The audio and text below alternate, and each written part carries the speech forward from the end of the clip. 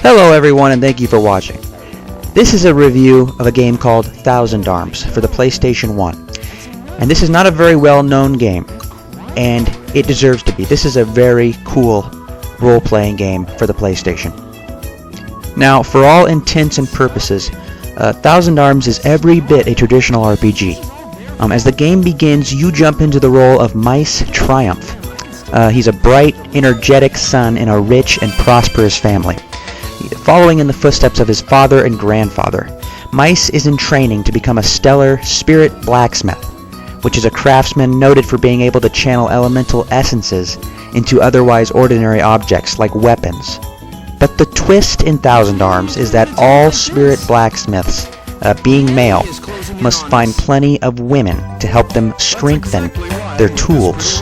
An aspect of the craft that the Triumph family is known for taking to the nth degree.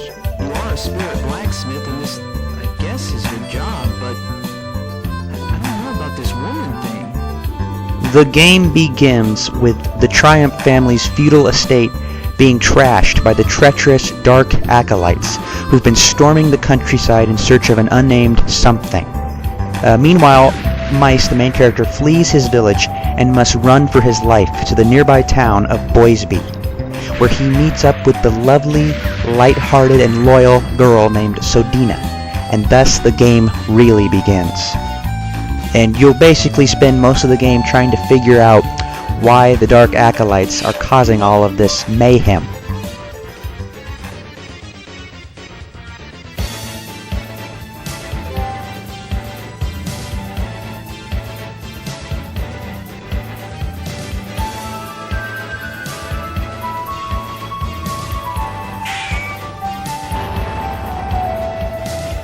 Thousand Arms' weakest point is its graphics, and the game takes many cues from previous RPGs. It looks a little bit like Breath of Fire 3 mixed in with Xenogears. It has polygonal 3D environments, and the characters that you control look hand-drawn and are sprite-based characters. The game features really cool anime cutscenes, and any fan of anime will love it. And the intro is stunning. It's all wonderfully drawn to make you feel as though you're watching a full-length episode of your favorite anime series.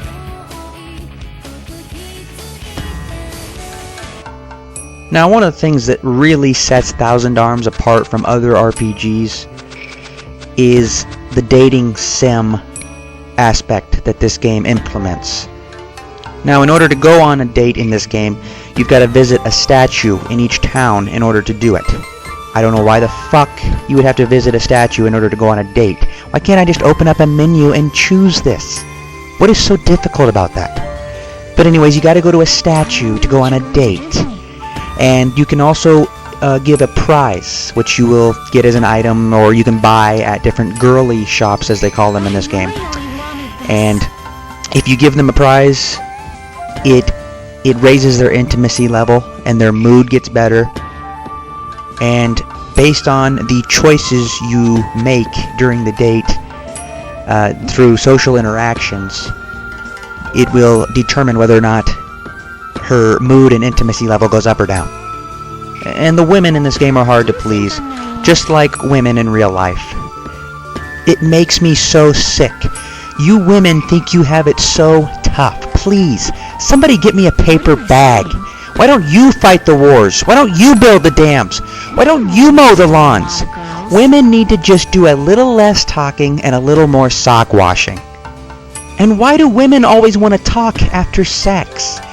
I'm not your fucking rape counselor, bitch.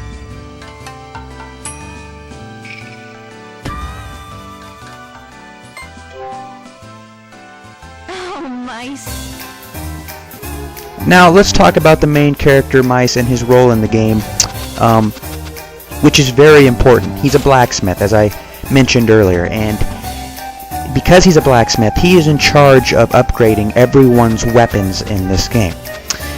There are places called smithies in each town, and you go there to upgrade your weapon. And this is what leveling up is in this game. As you level up, you get MP. and this NP is used to upgrade your weapon and when you upgrade your weapon, it raises the strength and the defense of your character. So when you go to the smithy, you go to this table looking thing in the middle of the smithy, you hit X and it opens up a menu. You choose to upgrade your weapon, and it shows the level that you're currently at, and it shows the level that you were at the last time you upgraded your weapon. And when you do upgrade it, it goes up X amount of levels to what you are now, and it raises your strength and your defense. It's different. It's unique. I've never played an RPG where this is how you upgrade weapons. But there's a catch. In order to forge a weapon, you must have a female in your group to imbue it with her own elemental power. Now, depending on the level of the weapon, her mood, which is displayed in the mood meter, and your level of intimacy with her is what determines how well it levels up. You also have the ability to choose what type of elemental power you want to power a weapon with.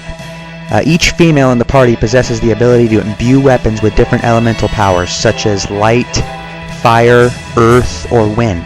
You can make your choice dependent on what type of enemies you'll be facing, or for the spells you're granted by different elements. You'll even be able to gain different specials, depending on which element you select.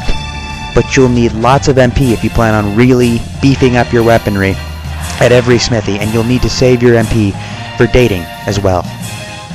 The forging in this game can be addictive, and is one of the many reasons you're going to love this game. One of the more unique aspects found in Thousand Arms is its combat system. Though still tethered by the random battle conventions of role-playing, each time you enter a fight you can bring up to 3 party members into battle at your side.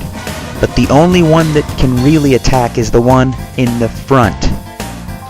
The party is then broken up into 2 groups. The attacking characters up front, and 2 support characters are in the back. The front character is basically the one that attacks, as I've mentioned earlier. The character behind the front character is kind of the one that you'll use typically to heal the character in the front. And then the third character that's in the back is kind of a backup plan character in case the other 2 die. Now this may all sound stupid just from listening to me talk about it, from looking at this, but it's not. You get used to it. It helps with the strategy, with building up a strategy on how to beat the bosses, and it works. You'll have to play it to realize how addicting it is. Thousand Arms has an overworld map like many of the PlayStation 1 RPGs did. It's a throwback to the old glory days of RPGs when they had overworld maps. You could go to dungeons, cities, and towns, and mountain passes, and all of this from the overworld map. It wasn't all loading screens and going from one linear trail to the next. The sound, though not necessarily the most standout element in Thousand Arms, there is something to be said about not only the voice acting, but more notably the soundtrack in the game. There are atmospheric pieces as well as enough catchy tunes to make you listen closer. But the biggest coup d'etat in Thousand Arms is Atlus's conscious choice to leave the opening track as is, with the Japanese lyrics and all, and the game definitely benefits by its inclusion, adding an even more authentic and genuine feel to the anime style of the whole production. So, Thousand Arms, much like Wild Arms, is an exceptional RPG, an exceptionally underrated RPG, and a game that any fan of an RPG style game should play. Thousand Arms does almost everything well, and it flew totally under the radar, criminally underrated, and it's a game that you gotta get on Amazon and buy before it's too late. Before it's too late, people. It's still a decent enough price, but in 10 years, Thousand Arms is going to be $100. So go get it, play it, and thanks for watching. Please subscribe. Goodbye, my friends.